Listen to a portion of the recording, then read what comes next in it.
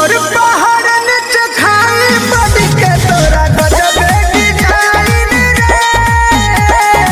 ऊपर पहाड़ नीचे खाई बड़ी के तोरा गजबे डिजाइन रे।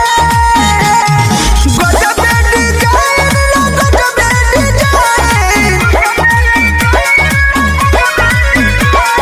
गजबे डिजाइन रे, गजबे डिजाइन। धप धप दुधिया गोराई रूप कटरीलो से फाइन रे।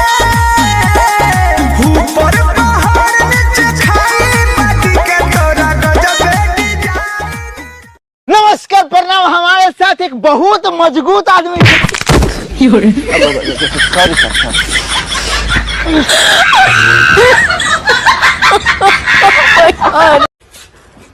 एक गिलास नौकरानी हो ना इस घर की। सुबह से शाम तक भागती रहती हूँ। तुमसे शादी करके किस्मत जुड़ गई है मेरी। कहीं और विवाह होता लगता रानी बन के रहती, ड्यूटी करते लगता है एहसान करते हो।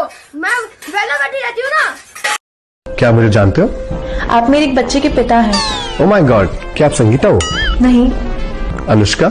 नहीं मेघा? नहीं मिताली? नहीं सर, मैं आपके बच्चे की क्लास टीचर हूँ। मैं जा रहा हूँ दूर, तुम आवाज दोगी क्या?